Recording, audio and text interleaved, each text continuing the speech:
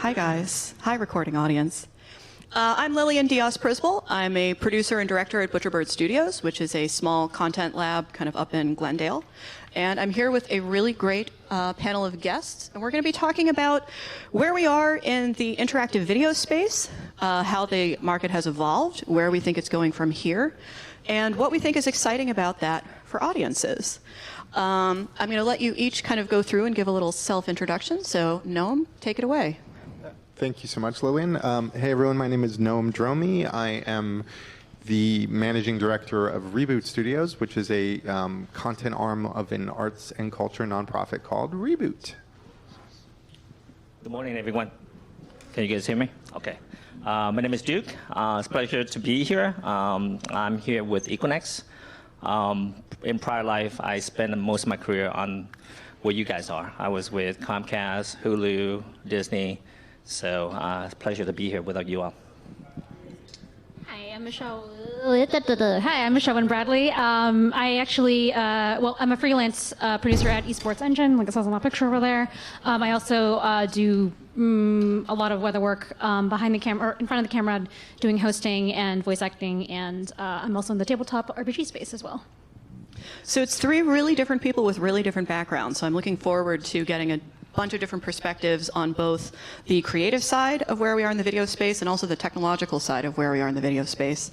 And a little stat to kind of get us started. While I was doing research for this panel, something that came up was that as of 2020, there's 108 million households in the United States that are consuming streaming media each year. So that's households, that's not individuals. That's an astonishing amount of people who are now in the streaming space. And that's not necessarily live, and so we're not necessarily going to have quite the same interactivity level on that, but it's a really staggering number nevertheless. And when you start getting into the details of this, we're also seeing the explosion of different platforms. So it's not just watching streaming through your TV, it's going into the mobile space, it's watching on other devices.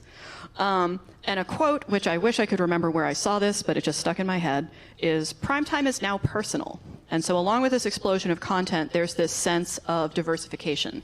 And everyone can kind of tailor their experience in different ways. And one of the things I'd like to start with you, Noam, about is you have kind of a traditional production background. You were a writer.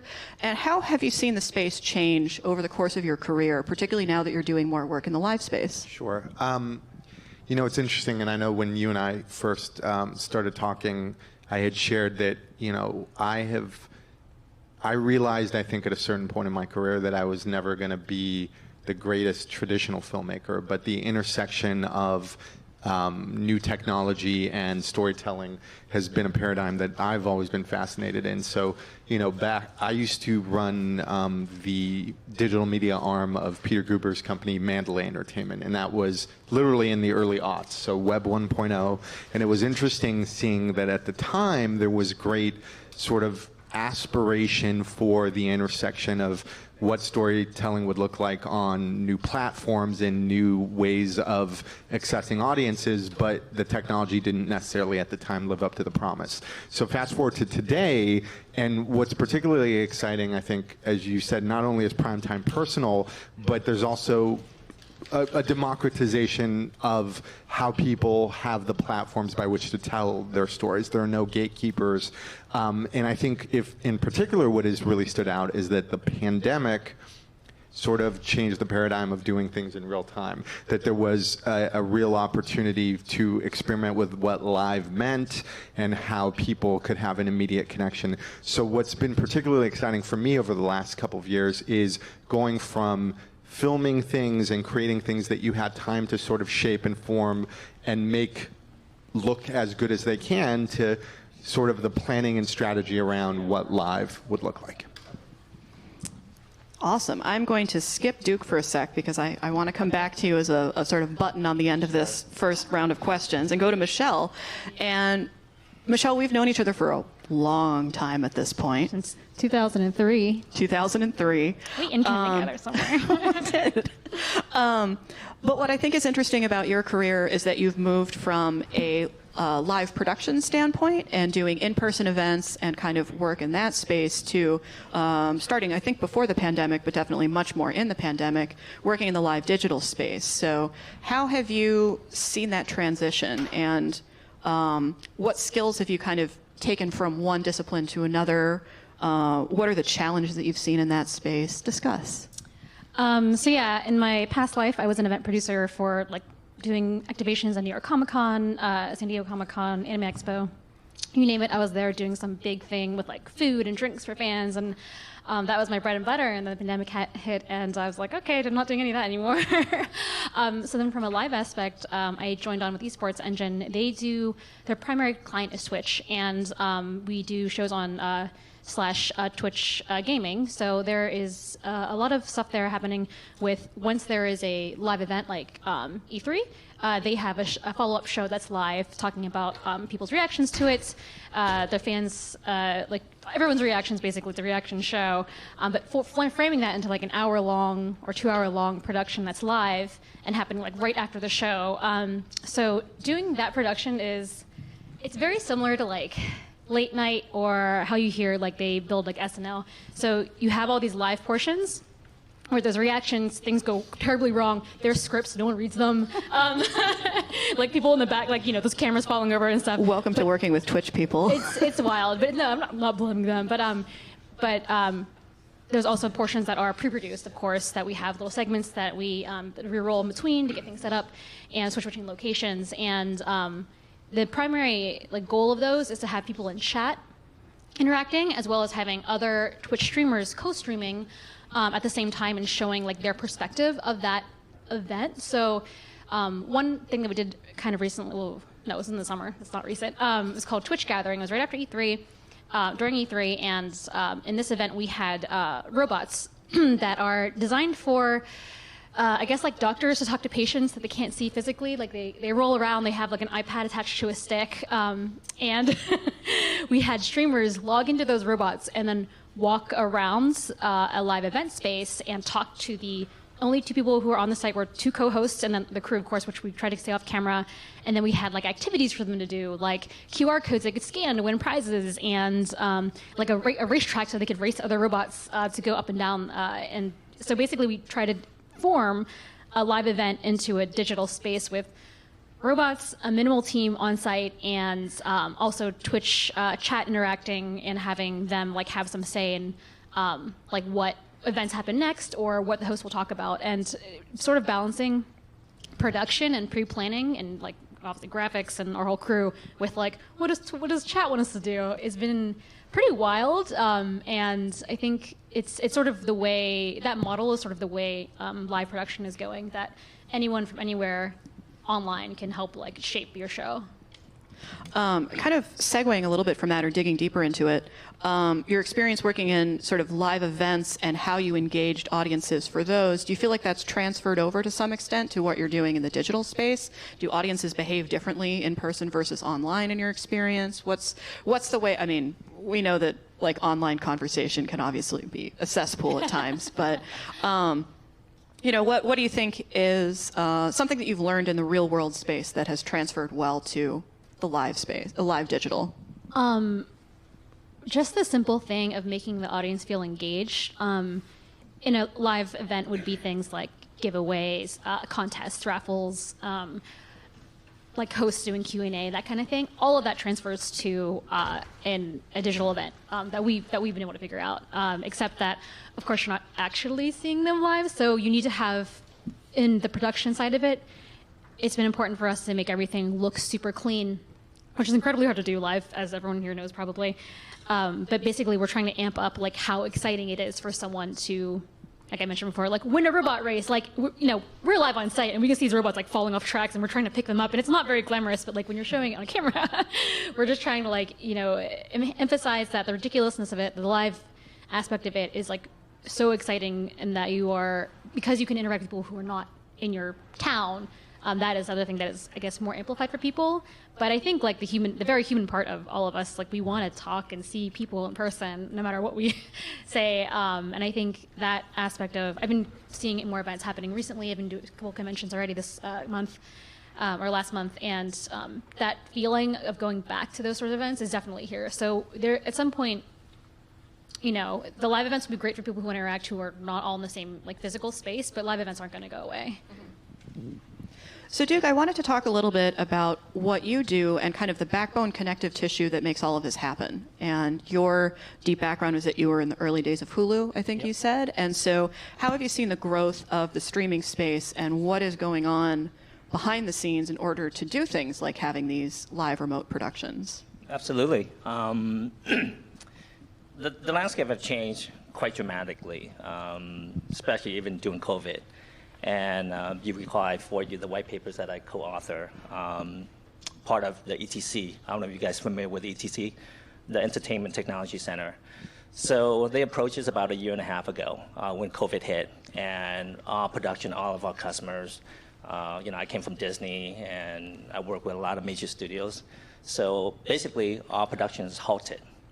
So the name of the game is and if you look at Hulu, Disney streaming services, there was a lot of net new content, right, at the time. Versus during the financial crisis, a lot of people go to the movies. But this time it's actually dramatic impact the studio in general, everyone, content creators to broadcast industries, straight across. So we participated in this virtual production set. That was one of the first kind at the time. It was like a year and a half ago. Since then, since that first virtual set that we did, there's about 130 now that have been popping up all over the countries. So using LED walls, LED screens, Mandalorian is a perfect example of that, right? And then the white paper is about 150 pages. It's light reading, before bedtime. Basically encompass everything from COVID mitigations. We had a physician on site. How do we move human in a similar workflow in sequence without having people going back and forth? Using robotics to control the cameras, like Fifth Kind, things like that.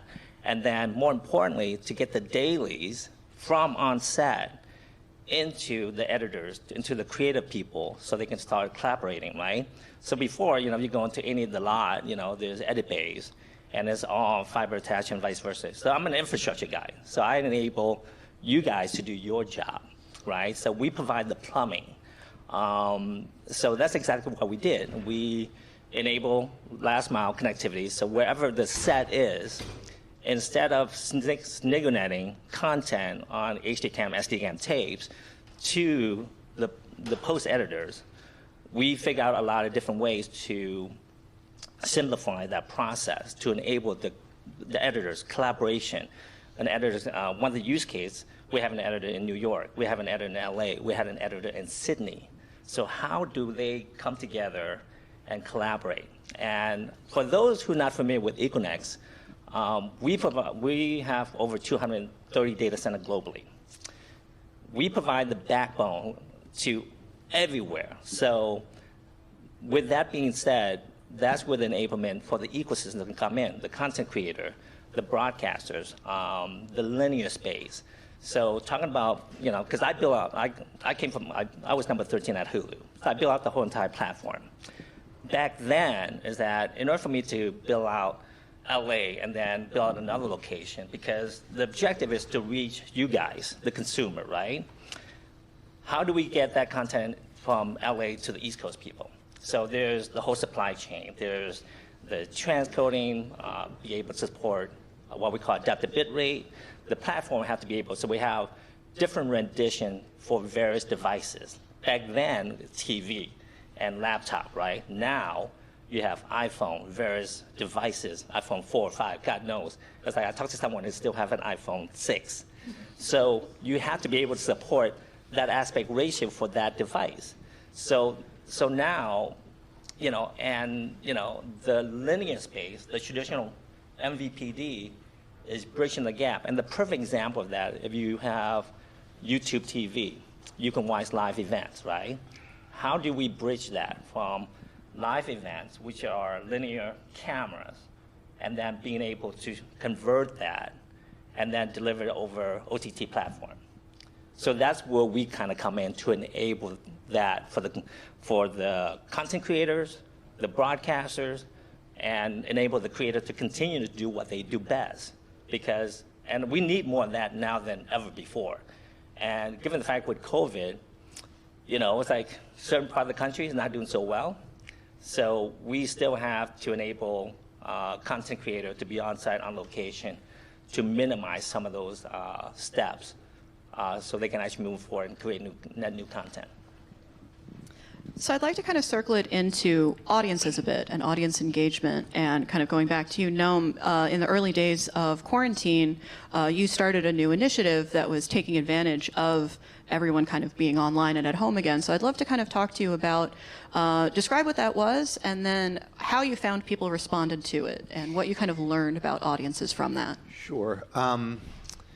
So a big part of what we started early on was recognizing that there was a particular community of people who were especially vulnerable during the pandemic, and that was seniors. And we all know seniors, we all have parents and grandparents, and these were people who were disproportionately impacted not only through health outcomes, but through mental health outcomes as well. And we started a program called Dispatches from Quarantine that essentially invited people to reach out to their loved ones. We gave them sort of basic easy alternatives for how to film them, if it was Zoom, if it was how you record a FaceTime screen and the like. And we said, send us that content and we'll create programming that celebrates sort of seniors and raises money towards ways that they can be supported. Now, that's great, but to augment that, we said, just like everything else in our media culture, celebrities will sort of really make a difference. So we were able to get names who sadly are no longer with us, like Larry King, like Carl Reiner, who we actually spoke to 4 weeks before he died. He was the last person who agreed to do an interview with us.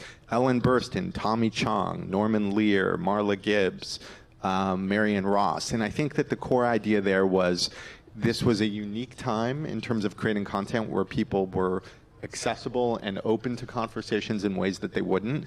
And we sort of thought of this as an opportunity as to say, well, right now, there was a brief moment during the pandemic when we were all mostly decent to one another and worried about how to look after those who were particularly vulnerable during the early days.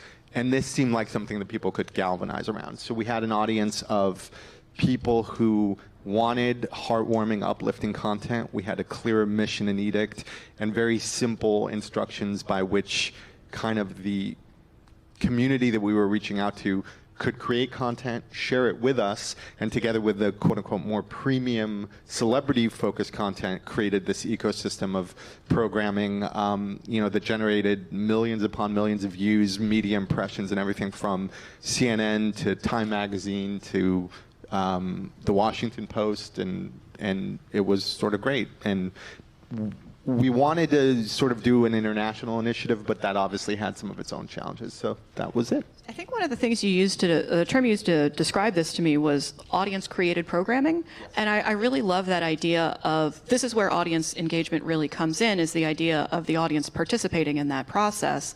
And it's something that, I see with kind of my live work, and I'm sure that Michelle also kind of in the Twitch space sees with your live work, is that kind of back and forth between creator and audience.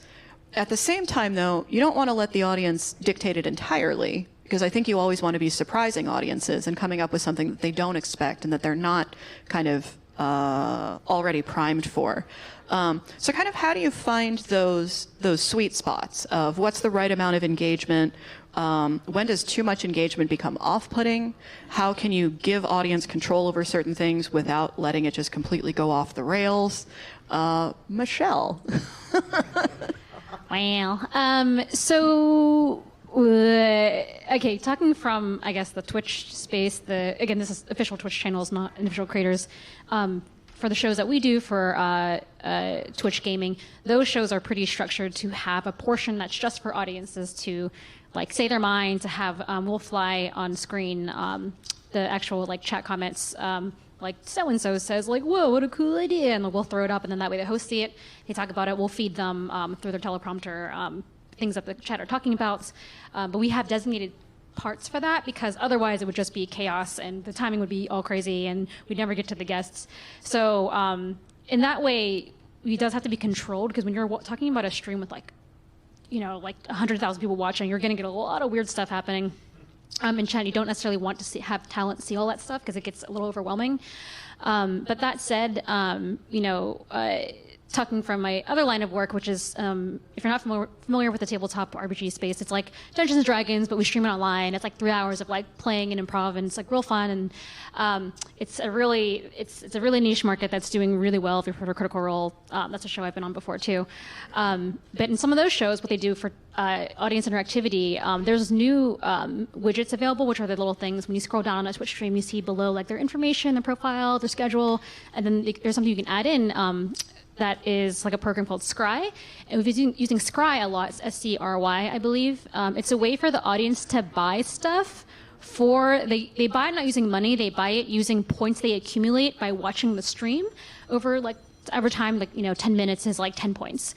They use 5 points to buy, okay, we want this kind of monster to appear, or we want this character to get this thing or lose this thing. So in that way, they're interacting with the story, but they're not taking complete control, because then the person in charge of looking at that, they can say, okay, the audience just bought this gate to open. Let's see what happens. It's not necessarily good or bad, or having the audience completely destroy the narrative of what's happening on camera, but it's more we've planned for this outcome, these 1 of 10 outcomes, they picked this one, so now we're going to go with that. So pre-plan, it's a lot more pre-planning, but I think having that modicum of audience participation, as opposed to a show that's we're just broadcasting, and yeah, we're live, but you can't really talk to the cast, and it's not as fun. And I think a lot of shows on Twitch have started to do that. They started just putting chat on emote only, and that takes away from what the point of having a live show is. But yeah, there's a really careful balance, I think, of let the audience talk to you a little bit, don't let them take over the whole conversation. And we're also in a time where Twitch is having a hard time with raids. If you guys are familiar with the hate raids thing, so it's a challenge. It's still happening. The internet can be rough, and I think that's something that all of us deal with is how to funnel all of the energy and creativity into something that's still going to be a safe and productive space. Yeah. Noam, I'd like to kind of talk to you a little bit more about that as well.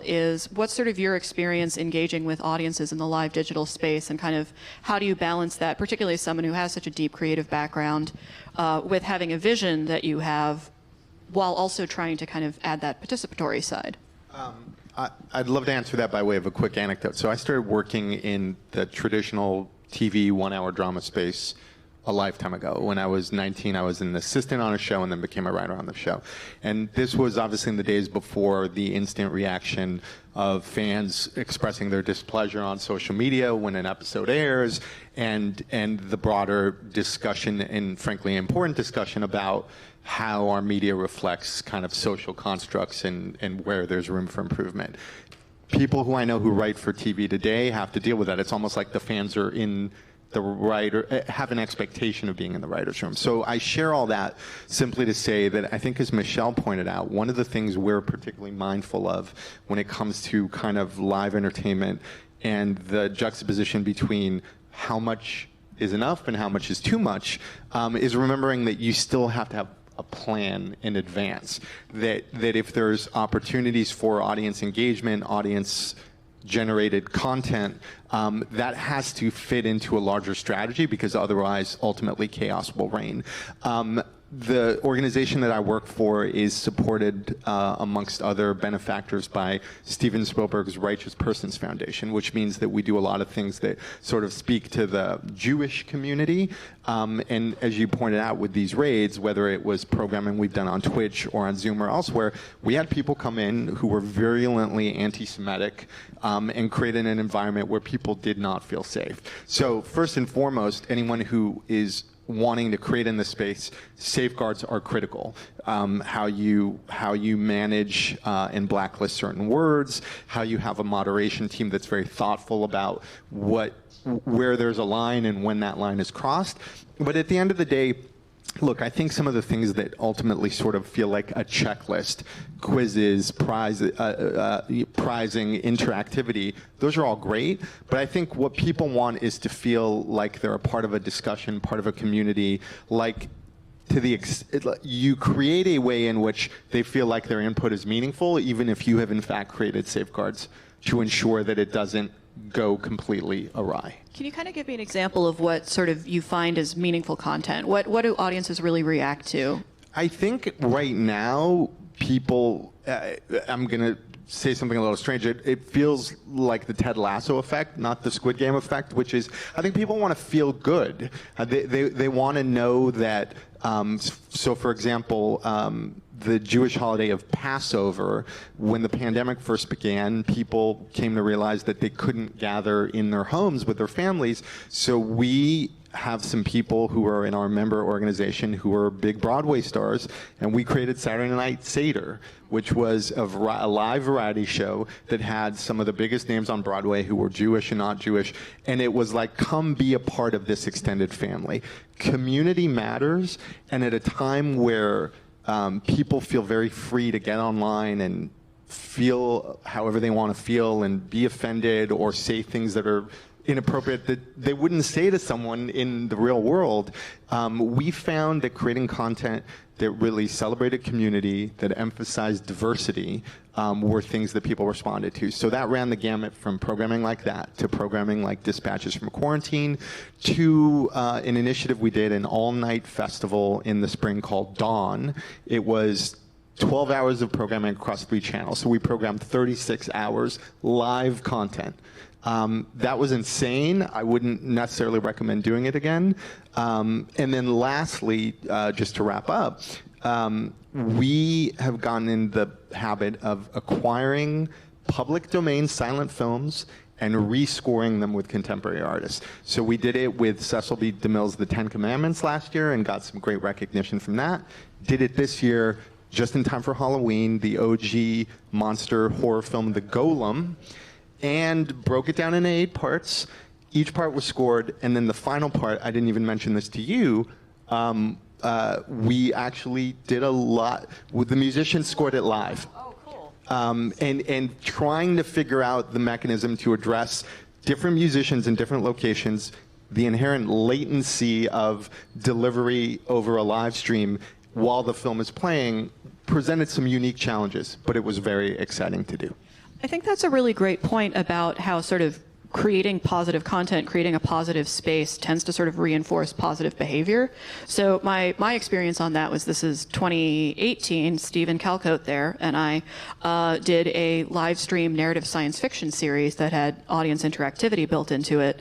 And that meant that the audience could choose names for characters. They could choose lines for characters to say. They could choose which death-defying situation the characters would be in at different times. And it was all pre-planned. It had always been rehearsed. So exactly what Michelle was saying is, like, you make a plan, you make the rails, and then stuff happens inside of that. And I expected the audience to be trolls. I expected them to, you know, make things harder for our characters and to really try and force them into tight situations. And we found that over the course of the 8 weeks, I think because of the sort of positive nature of the story and because of what Stephen was trying to tell about kind of hard work and humanity, people were really inspired by it and started to be genuinely concerned about the fate of their heroes and stopped kind of making the troll questions and start to make the choices that they thought were going to help them. And that was really inspiring to me. Like, I didn't honestly expect that, and I loved seeing it. I wanted to go back to you, though, Duke. So going from kind of the streaming situation with Hulu back in the day, to which is video on demand, to the live space, how do you think audiences have changed from your perspective? Oh my God, it's just accessibility, for starter, especially now, have been generated, you know, and I came from I also work in the broadcast world too. So prior to joining Equinix, like I said, I was Comcast. We managed over 10,000 channels. And that's just Comcast alone, right? And we're talking about all the, you know, syndication partners globally. Now, traditional TV, you know, it's like, but if you think about it, everything is through OTT platform now. So a lot of that stuff is bridging the gap. So if you guys are familiar with, you know, 2110, 2022-6, those are SMPTE standards that enable traditional broadcaster to convert that linear content to your OTT platform, which support what we call HLS or Dash. So things like if you want to use your browser, for example, to stream it, you can, right? Your iPhone. So for every content that get created, there's different rendition to support various devices. So, and you saw the iPhone 13 now, and I was telling my colleague I was checking it out, full HDR, 4K, 60 frames per second. So because of that, the demand for net new content have been going through the roof. And the traffic that going through our data centers is massive too, because anytime you're connecting to, any of the OTT platform, right? Hulu, Netflix, Disney streaming services, very likely you're going through our data centers. And then obviously getting content one-to-many globally. And the objective is to reach the consumer as much as possible globally. And then on the other part is that it's one thing to get the content to the consumer, but the quality of the content, what we call video quality measurement, right? Using structure similarity, VMAP, which Netflix is part of the algorithm to look at how the video are being viewed in terms of the quality, looking at the MOS scores. So the way we approach it is that we look at the consumer and work our way backwards, right? What are the viewing habits from the consumer and the quality of the content, and has it changed? Is it good enough? So example, from a business perspective, if you have like a triple play from your cable provider, right? And you're only buying 250 meg of internet services, and you decide, hey, I'm gonna cut the cord, I don't need the set-top box. And how many devices do you have at home? iPhone, iPad, computer, 3 smart TVs. All those content have to be able to support all those devices that you guys are viewing. Because what we call the human visualization system is depends how you view it back and forth, and the distance and the pixelation, how you look at it. So because of that, more and more rendition are being supported today. So typically before, the encoders handle one source from a live event, and it'll provide maybe 6 output, 1080p, 720, a 640, a 480, and vice versa, right? Now with HDR, you have high dynamic range, you have Dolby Atmos, you have all these content that are available to the consumer. So, and the consumer always want the best quality of content. So if they click on it and you have blackout, you have graininess, you have jitter, they're gonna go elsewhere. So part of our job is to provide the plumbing to enable you guys to do your job.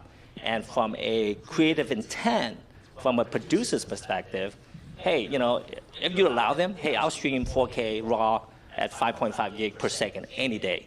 But once it hit the consumer, it's not possible.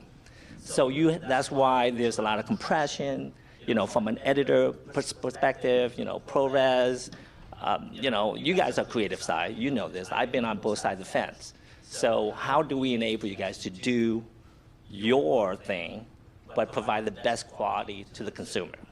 And that's where the bridge of the gap is. And it's interesting, too, because I think I talked with each of you about this a little bit, is the difference between that sort of quality of the content that you're receiving and making sure that everything's in sync and that it looks the way it's supposed to on different devices. That also can be kind of separated from the original production value. So, like, we do have the ability to do things in high-def streaming and HDR. Sometimes that's the right choice for your content. Sometimes having something that's a little rougher around the edges and more unguarded is the right aesthetic choice, but you still want to make sure that it looks good on the consumer side. So it's kind of funny to have those two things happening simultaneously. We have about 5 minutes left. I have more questions to ask, but I wanted to see if the audience had any questions first. You're just fixing your hat. In the back. Are any of you using AI to help maximize audience engagement? Not really. I'd say we're not quite there yet. I think that most of what we're doing is still a very sort of organic human reaction to things.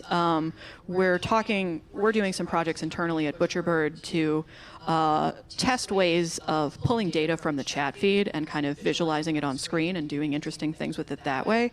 And I think there's a lot to be said kind of in that direction.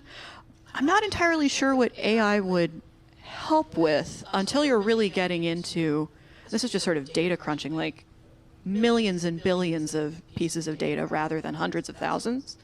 Yeah, so there's AI is a pretty broad and deep, right? So I sit on the ETC panel, and we're talking about AI, machine learning. Right now, ETC is working with SIMD to see from a legalization perspective who owns the content. For example, facial recognition, right, inside an image. If you deliver your content to, let's say, an engine on AWS or Azure or GCP or any one of the cloud service providers, it doesn't matter. Now, once they process that, who owns the content? So how do you monetize the content? And going back to the creative people, the actors, actresses, and stuff like that, how is that going to happen? So it's still the Wild Wild West, right?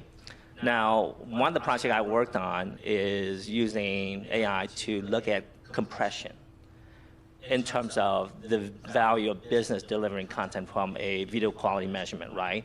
And how video quality delivery affect the user experience from a quality measurement, the MOS scores perspective. So we look at various compression from the encoders for live linear, but we also look at the transcoders.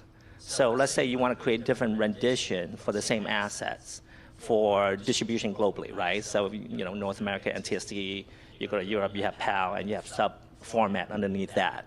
So how do we look at the MOS score in terms of delivering that? So we look at the compression. It's like, okay, if I'm creating an H.264 rendition, multiple renditions for, you know, HDR 1080p and stuff like that, what are the implications? And if, as I'm going downstream through my supply chain, why is that score having a MOS score of 50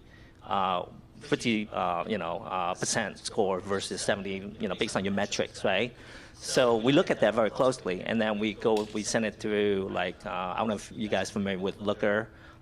It's a BI platform where we can go, hey, give me the top 10 offenders that give me the MOS scores of 60% and less, because we have to look at what is good enough to the consumer, right?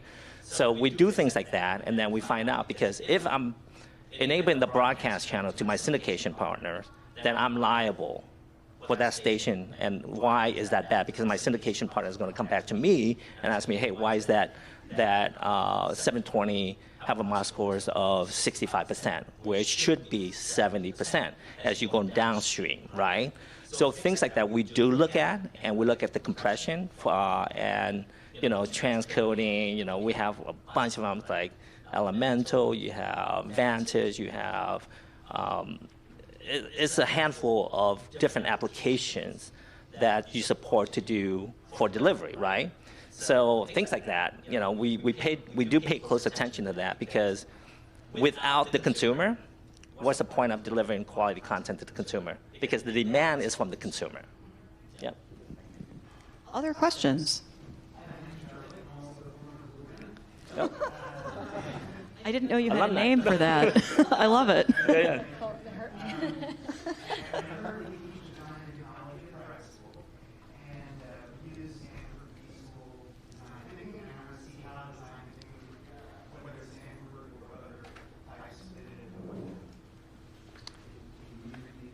Yeah. Yeah. So the question was, so you use Stanford design teaching to, in what context? Okay. And do we use Stanford design thinking in any of? Yeah, design thinking. So that's for me really depends on the workflow too, right? So obviously the creative side, the production side, you have to look at the creative intent from the producer's perspective. But the content coming off the camera ultimately is based on how you're going to go and start cutting. Before it hit Hulu, the master's already been completed, right? So from a Hulu perspective, we create different rendition within. So Hulu data centers at LA3 when I built it back in the days. So I have 300 compute nodes that provide different. I go in, I look at the content, and if the content's bad, then I will go back to NBC or Fox at the time. It's a 50-50 venture. And we look at, well, okay, why did you give me such a horrible format, right? So So we try to standardize everything, and then obviously when we work with SMPTE and other organization, we try to set standardization, right? Because if you think about it, whatever format they give you, if you send it to your transporting form, the compression that goes into it is not going to get better, it's going to get worse. So that's why it's important. That's why you have 4K, 6K, 8K, right? Because you give the editors the opportunity to, hey, work with 60 frames. By the time it's going to be down to 30 frames. So the creative of that is always going to be at a higher level before the consumer. Because once it hits the consumer, it's all about the business value of, hey, do I have the pipe to deliver that, right? And you look at right now, right? Everybody's giving uplift on their internet access the last year and a half, right? Because they weren't it wasn't available to them at the time. And when the pandemic hits, it's like, okay, you know what? Now I'm all telecommuters, which means I need more speed, more bandwidth to enable the editors that are sitting remotely. Instead of sending content directly to their house, they can actually go log in to our edge nodes and then process the dailies, and then have another person in LA, New York, and like so go in and collaborate on the same assets. And that's the enablement of that. And I think on that note, we're basically out of time. So thank you so much, everyone, for joining us on this panel, and hope you enjoy the rest of the festival. Thanks, everyone.